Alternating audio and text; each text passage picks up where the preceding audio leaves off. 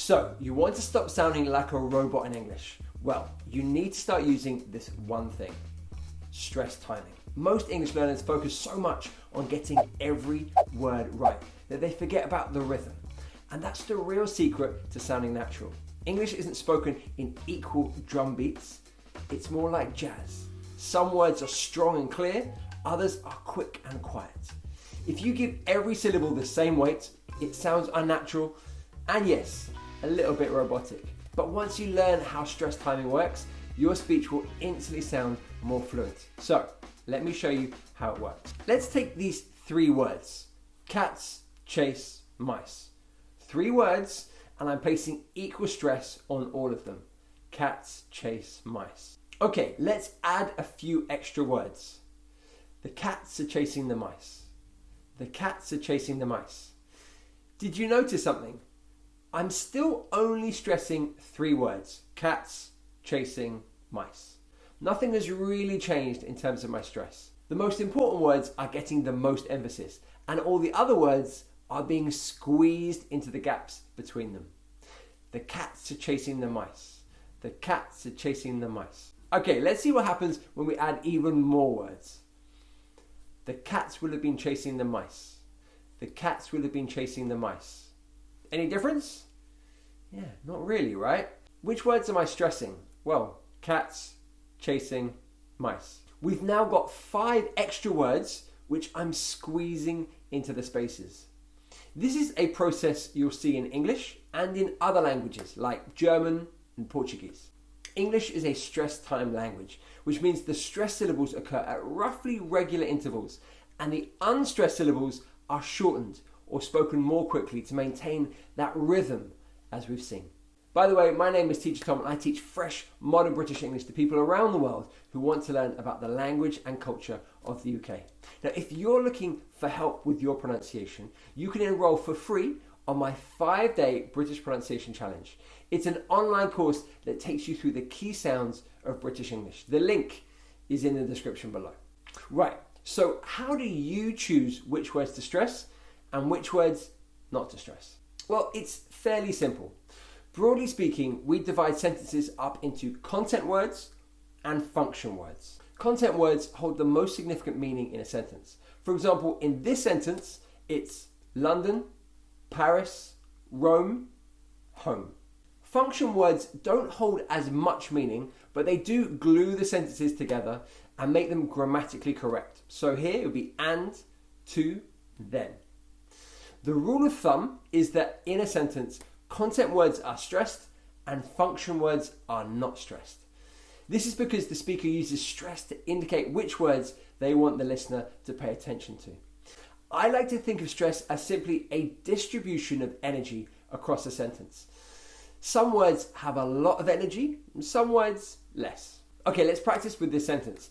I'll say it twice and then you shadow me, saying it exactly as I say it. I'm going to London, then Paris, and then Rome, and then back home.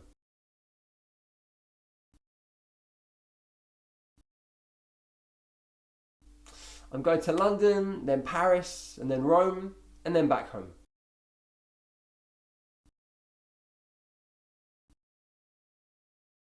Okay, great. I want you to focus attention on the little words, particularly to and. How am I saying them? To, right? Okay, so let's say it again, and I want you to focus on keeping those words nice and short. I'm going to London, then Paris, and then Rome, and then back home.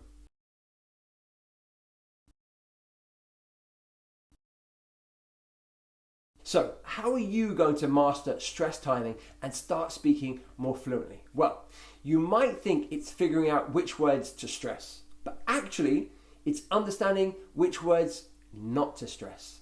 The little words we've talked about often become something we call weak forms. Essentially, unstressed words that get squeezed and squashed into their smallest form. Imagine trying to pack your suitcase for your holiday and you've got too many clothes.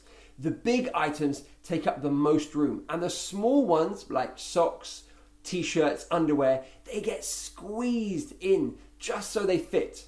Well, these are the weak forms, squashed and squeezed into your suitcase. And this is what happens in natural spoken English. So it's words like and, but, to, of, have, can, was, for, words like that. We pronounce them in their strong form when we emphasize them, but in most everyday speech, we use the weak form, a shorter, softer version. An example of this would be the word can. So at the beginning of a sentence, in its strongest form, you'd say, can I come to your party? Can I come to your party? Nice and strong. In its weak form, you'd hear it say, I can come to your party. I can come to your party. Can, can. Can, strong, can, weak. Try saying both of those sentences for me.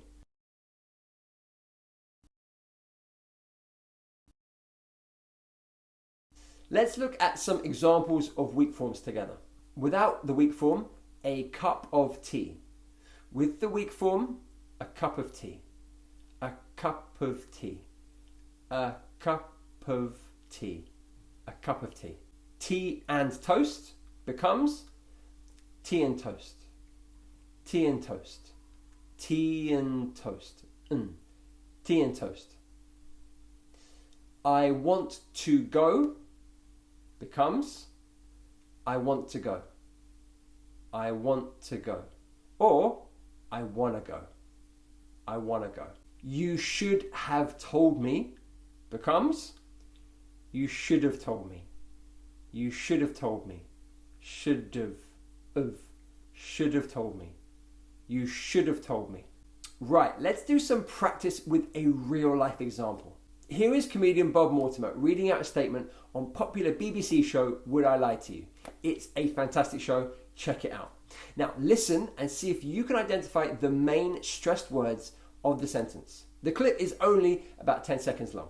I've put a toaster on my bedside table, and the last thing I do at night is pop 2 slices of bread in it, ready for the morning. Okay, what did you hear? Possibly toaster, bedside table, night, 2 slices, bread, and morning. Yeah? Okay, you can probably get the meaning of the sentence just from those words.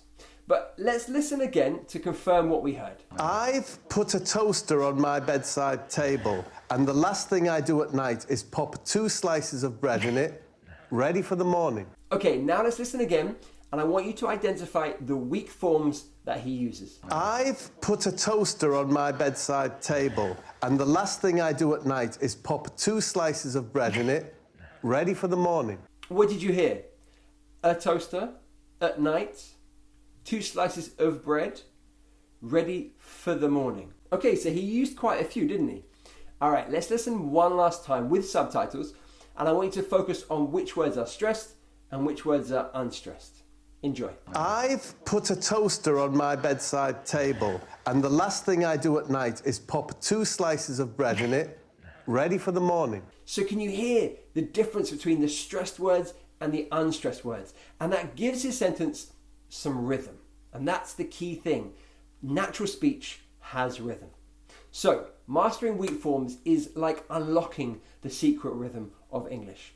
Start practicing them today and your pronunciation will instantly sound smoother and more natural. Now, I'd like you to do some more practice. I've done a video with my sister Annie, and it's using the shadowing technique to help you to sound more fluent. The video is right here. Go watch it now. Go practice with Annie, and I'll see you inside the video.